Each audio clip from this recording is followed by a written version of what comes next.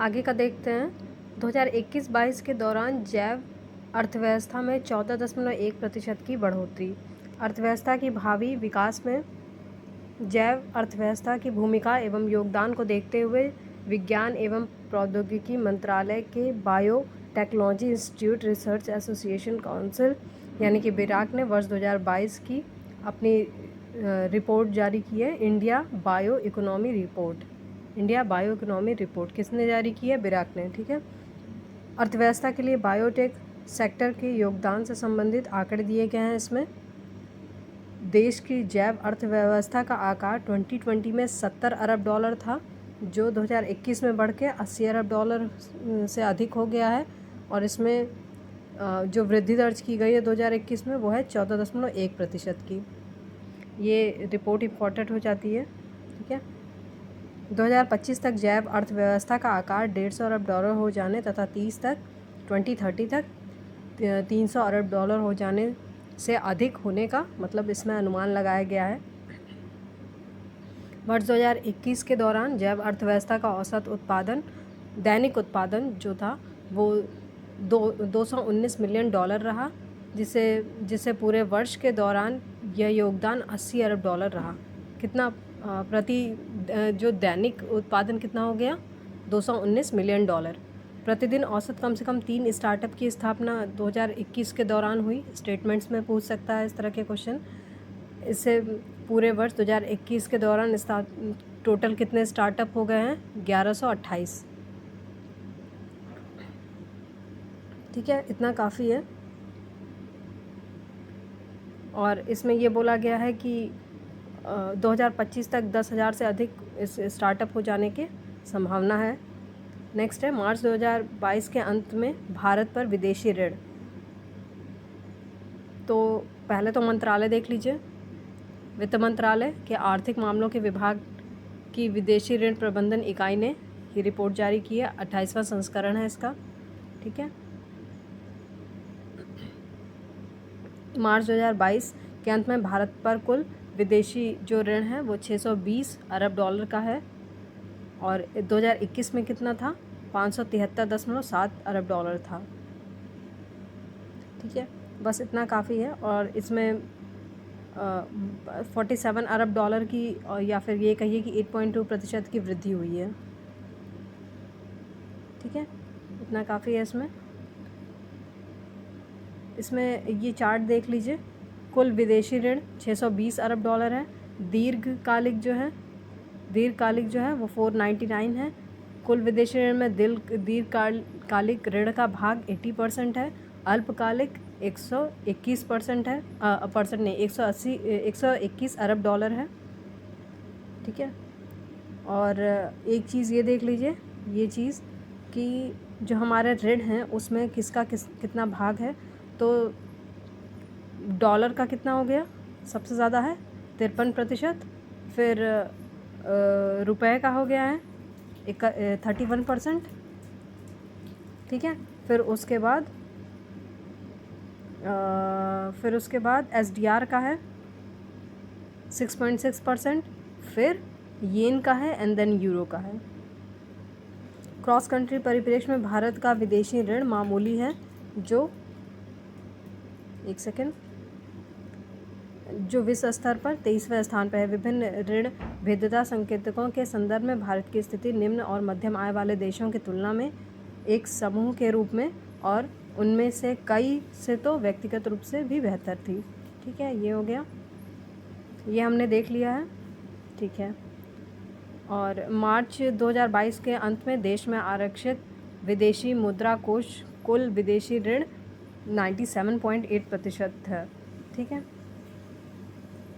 अब नेक्स्ट वाला देख लेते हैं। 2022-23 के लिए न्यूनतम खरीफ उपजों के नए न्यूनतम समर्थन मूल्य। 2022-23 की खरीफ की उपजों के लिए नए न्यूनतम समर्थन मूल्य इसकी घोषणा सरकार ने की। नए न्यूनतम समर्थन मूल्य इस प्रकार निर्धारित किए गए हैं। ठीक है, एक सेकंड। निर्धारित किए गए हैं ताकि किसानों को उनकी उपज की अखिल भारतीय भारित औसत उत्पादन लागत का न्यूनतम 1.5 गुना प्राप्त हो जाए। ये स्टेटमेंट में पूछा जा सकता है कि कितने गुना है, ठीक है। दालों व तिलहनों के मामलों में आत्मनिर्भरता प्राप्त करने के उद्देश्य से इनके न्यूनतम समर्थन मूल्यों को विशेष लाभप्रद बनाने का प्रयास किया गया है और इसके लिए नाइजर सीड, तिल, उड़द व अरहर के न्यूनतम समर्थन मूल्यों में अधिक वृद्धि इस वर्ष भी की गई है। खरीफ की मुख्य खाद्यान्न उपज धान की दोनों किस्मों के न्यूनतम समर्थन मूल्य में 100 रुपये प्रति क्विंटल की वृद्धि की गई है। इस टॉपिक को जो भी करंट की न्यूज़ आई है उससे उसमें देखना पड़ेगा, मतलब जो नई करंट अफेयर की बुक्स आई हैं उससे रिलेट करें तो वो ज़्यादा सही पड़ेगा, अगर इसमें कुछ चेंजेस वगैरह किए गए हों तो। वैसे सब अलग अलग नहीं पूछता है, मतलब अरहर, उड़द, मूंगफली ऐसा सब अलग अलग नहीं पूछता है। तो इसमें इस वाले चार्ट में बस इतना देख लें कि 21-22 में कितना था और 22-23 में कितना है। वो भी सबका नहीं, कुछ कुछ का, जैसे धान सामान्य हो गया, धान ग्रेड ए हो गया, इसमें 100 रुपये की वृद्धि हुई है। सबसे ज़्यादा किस में हुई है तो ये 480 रुपये के आसपास, ये वाला देख लीजिए। मूंग में सबसे ज़्यादा वृद्धि हुई है 480 रुपये की प्रति क्विंटल की, ठीक है। और ये बढ़ के कितना हो गया है 7,755।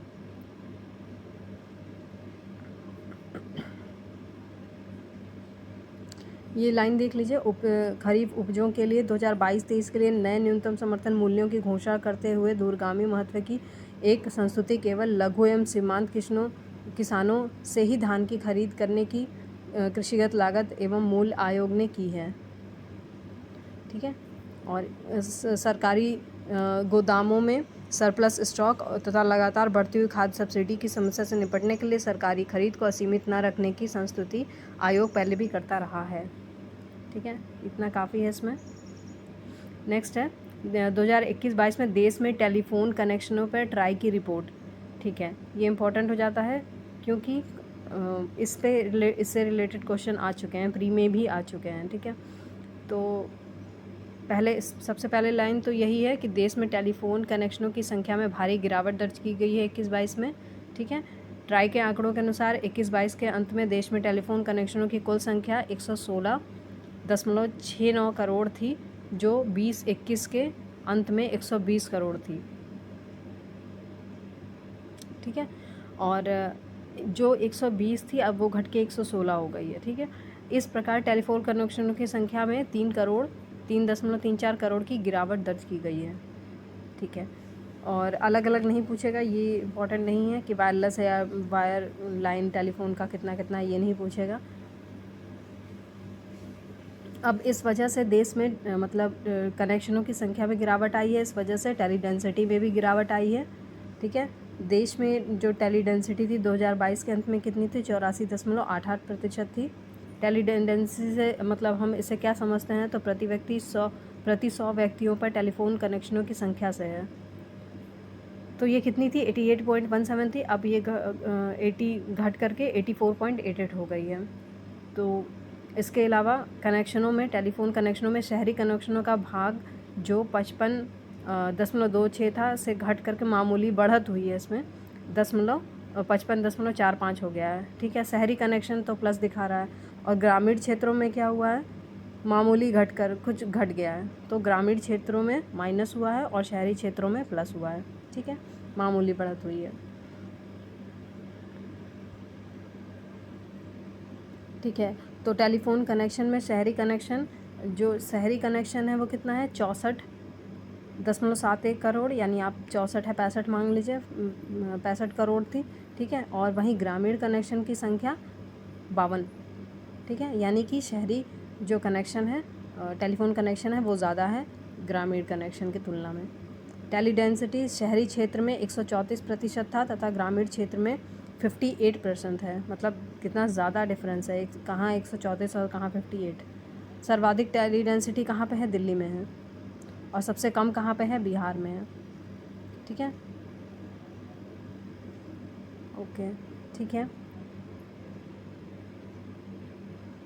अब देख लीजिए एक चीज़, ये लास्ट में देख लीजिए कि शहरी कह रहे हैं, सॉरी, जो सार्वजनिक क्षेत्र की हिस्सेदारी है वो 10% के आसपास है, और जो निजी कंपनियों की हिस्सेदारी है वो 89% है, ठीक है। BSNL कौन यूज़ करता है, MTNL कितना यूज़ होता है, लेकिन एयरटेल है या बाकी कंपनीज़ हैं वो ज़्यादा चलती हैं, जियो है वो ज़्यादा चलती है।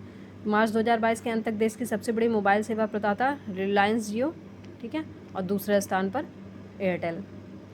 नेक्स्ट है अंकटाड की विश्व निवेश रिपोर्ट 2022, ठीक है। विभिन्न देशों में FDI, अब FDI अंतर्प्रवाह और बाह्य प्रवाह के आंकड़े कौन दे रहा है, अंकटाड दे रहा है। अंकटाड क्या है, यूनाइटेड नेशन का एक कॉन्फ्रेंस है, किस पे, ट्रेड और डेवलपमेंट पे, जो हर साल जारी किया जाता है, ठीक है। वर्ष 2021 के दौरान विदेशी प्रत्यक्ष निवेश FDI के अंतर्प्रवाह और बाह्य प्रवाह के संबंध में अंकटाड द्वारा वर्ल्ड इन्वेस्टमेंट रिपोर्ट 2022 शीर्षक वाली 32वीं रिपोर्ट जारी की गई। रिपोर्ट के अनुसार कोरोना महामारी के चलते 2020 में FDI के वैश्विक अंतर्प्रवाह में गिरावट दर्ज की गई है, ठीक है।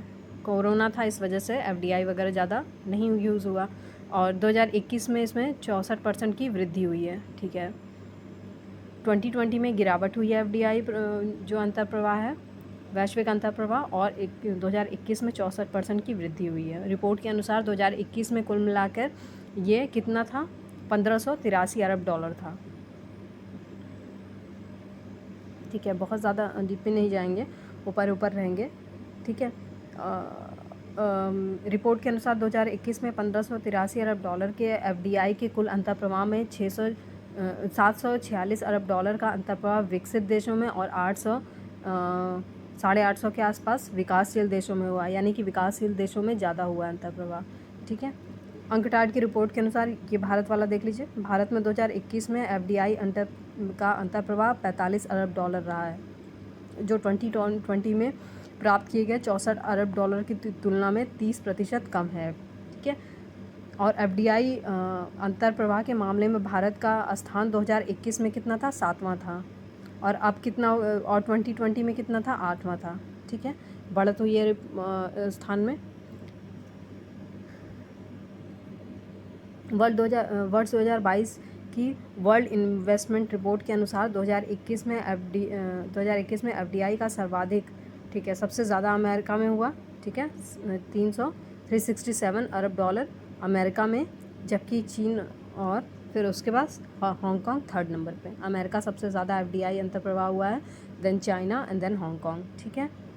और इसके अलावा 2021 में चीन और हांगकांग में विदेशी प्रत्यक्ष निवेश का अंतर्प्रवाह कितना कितना हुआ है उससे मतलब नहीं है। भारत का स्थान देख लीजिए, अन्य देशों में क्रमशः सिंगापुर, कनाडा, ब्राज़ील व भारत का स्थान रहा है। ये लाइन कुछ अधूरी सी है, ठीक है, इसमें इसका क्रम नहीं दिया है, क्रमशः दे दिया है लेकिन क्रम नहीं दिया है। आगे चलते हैं। अंकटाड की इस रिपोर्ट के अनुसार 2021 में विदेशी प्रत्यक्ष निवेश के बाह्य प्रवाह के मामले में भी शीर्ष अमेरिका का रहा है। इनफ्लो तो अमेरिका फर्स्ट है, आउटफ्लो में अमेरिका फर्स्ट है, ठीक है। फिर उसके बाद जर्मनी और जापान रहा है। देखिए ये कह रहा है कि रिपोर्ट में कि विकसित देशों की तुलना में विकासशील देशों में FDI में वृद्धि धीमी रही है, तथापि 30% वृद्धि के साथ विकासशील देशों में यह अंतर्प्रवाह 837 अरब डॉलर का रहा है। कोविड-19 के अनेक झटकों के बावजूद विकासशील एशिया में 2021 के दौरान FDI 619 अरब डॉलर के अब तक के सर्वोच्च स्तर पर रहा है। कितना, 619 अरब डॉलर। अब बोल रहा है कि वर्ल्ड इन्वेस्टमेंट रिपोर्ट विभिन्न राष्ट्रों में विदेशी निवेश के अंतर्प्रवाह का अंतर्प्रवाह और बाह्य प्रवाह के संबंध में अंकटाड की वार्षिक रिपोर्ट है। अंकटाड संयुक्त राष्ट्र संघ का व्यापार एवं निवेश संबंधी एक निकाय है, जिसकी स्थापना कब हुई है, 1964 में, ठीक है।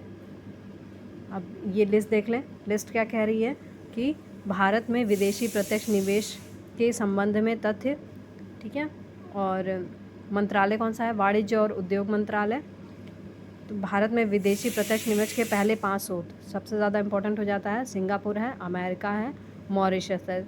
1-2 याद कर लें। सिंगापुर पहले पे है, ठीक है, और 27% है, और 17% अमेरिका, ठीक, ये 2 हो गया। और फिर उसके बाद प्रमुख क्षेत्र कौन से हैं, यही सबसे ज़्यादा इम्पोर्टेंट लिस्ट हो जाती है। और एक ये भी कि सबसे ज़्यादा FDI प्राप्त करने वाला क्षेत्र कौन सा है, तो सबसे ज़्यादा कंप्यूटर सॉफ्टवेयर हार्डवेयर, ठीक है। उसके बाद सर्विस सेक्टर आ जाता है। सेवा क्षेत्र में क्या क्या है, वित्त है, बैंकिंग है, बीमा है, आउटसोर्सिंग है, कुरियर है, और उसके बाद फिर ऑटोमोबाइल हो जाता है, फिर व्यापार और निर्माण। आप स्टार्टिंग के 3 याद रखें, सॉफ्टवेयर हो गया, सेवा क्षेत्र हो गया, ऑटोमोबाइल हो गया, ये हो गया। फिर उसके बाद सर्वाधिक FDI प्राप्त करने वाले जो 5 राज्य हैं उसमें सबसे पहले कर्नाटक है, एंड देन महाराष्ट्र है। कर्नाटक 37% है, महाराष्ट्र 26% है। कर्नाटक, महाराष्ट्र ये आपके किधर पड़ेंगे, भारत के वेस्ट साइड में पड़ेंगे, साउथ वेस्ट साइड में और वेस्ट साइड में, ठीक है, महाराष्ट्र और कर्नाटक, ठीक है, ये हो गया।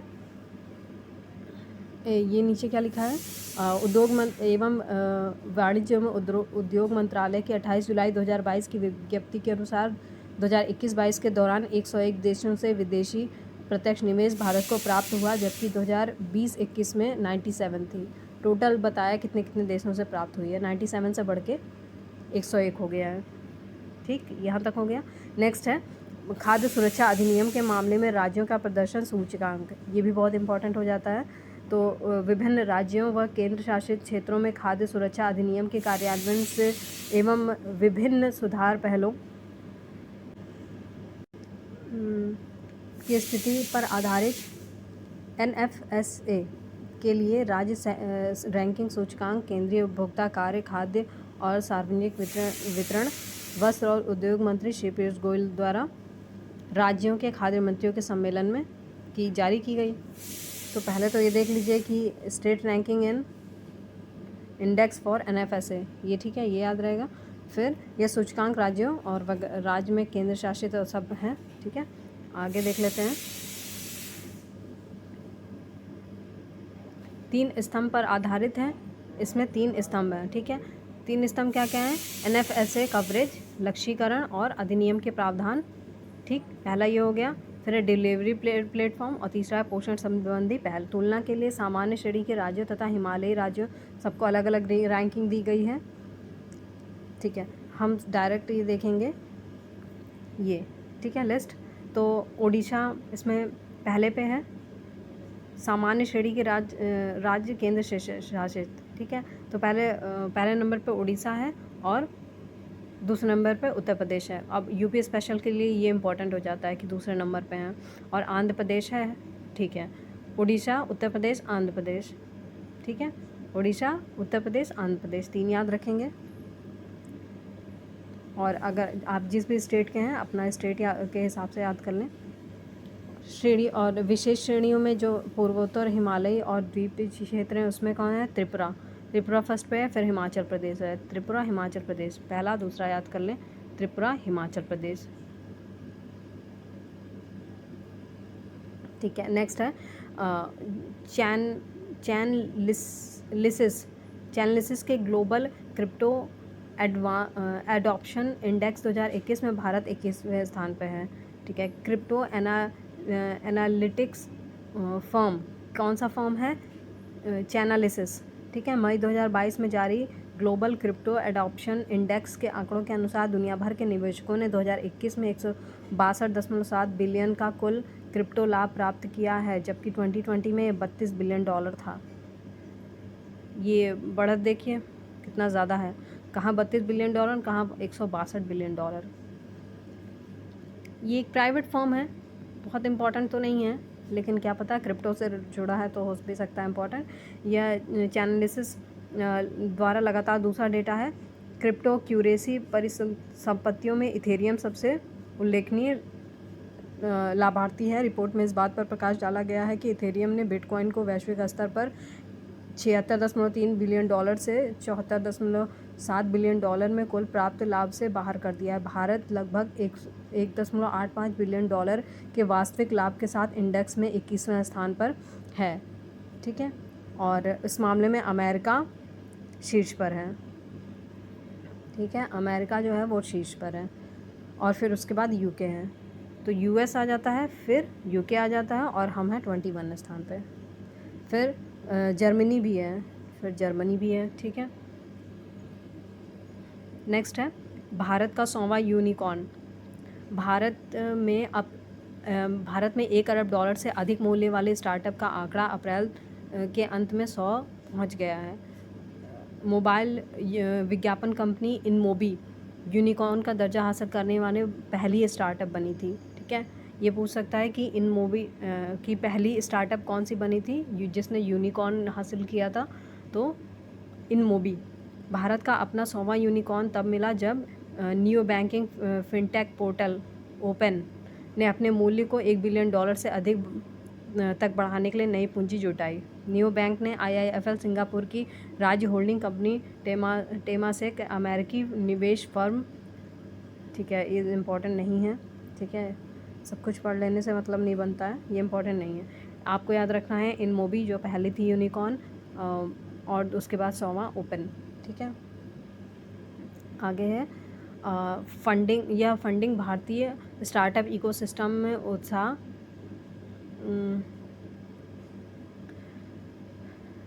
भारतीय आर्थिक सर्वेक्षण 2021-22 के अनुसार दुनिया का तीसरा सबसे बड़ा स्टार्टअप वाला देश है, ठीक है। भारत जो है दुनिया का तीसरा सबसे बड़ा स्टार्टअप वाला देश है, और सर्वेक्षण के अनुसार अमेरिका, चीन के बाद भारत, तो पहला US है, फिर चाइना है, एंड देन इंडिया है, ठीक है, यूनिकॉर्न स्टार्टअप के मामले में।